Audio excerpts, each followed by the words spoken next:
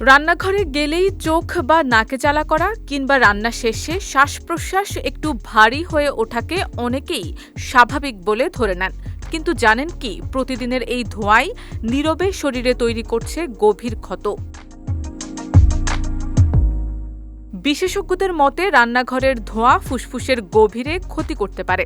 দীর্ঘদিন ধরে রান্নার ধোঁয়ার সংস্পর্শে থাকলে সেখান থেকেই শুরু হতে পারে মারাত্মক শ্বাসকষ্টজনিত রোগ, সিওপিডি বা ক্রনিক অবস্ট্রাকটিভ পালমোনারি ডিজিজ।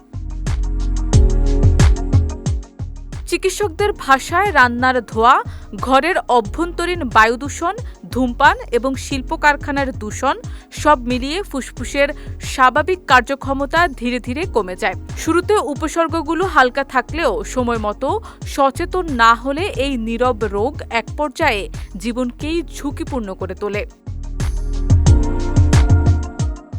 বিশেষজ্ঞরা বলছেন, সিওপিডির ক্ষেত্রে নারীরা তুলনামূলকভাবে বেশি ঝুঁকিতে থাকেন। দক্ষিণ এশিয়ার দেশগুলোতে আক্রান্ত নারীদের একটি বড় অংশ কখনো ধূমপান না করলেও এই রোগে ভোগেন। এর প্রধান কারণ হিসেবে উঠে আসে প্রতিদিন দীর্ঘ সময় রান্নাঘরে অবস্থান করা এবং অনেক ক্ষেত্রে পর্যাপ্ত বায়ু চলাচলের অভাব।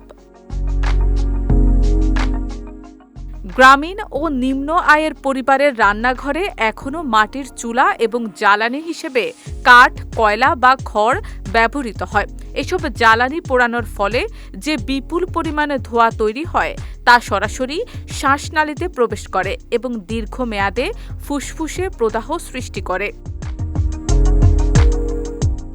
বিশেষজ্ঞদের মতে এই ধোঁয়ায় থাকা সূক্ষ্ম কণা, বিশেষ করে PM2.5 ফুসফুসের গভীরে পৌঁছে শ্বাসনালী সংকুচিত করে ফেলে, ফলে শরীরের অক্সিজেন আদান প্রদান ব্যাহত হয়।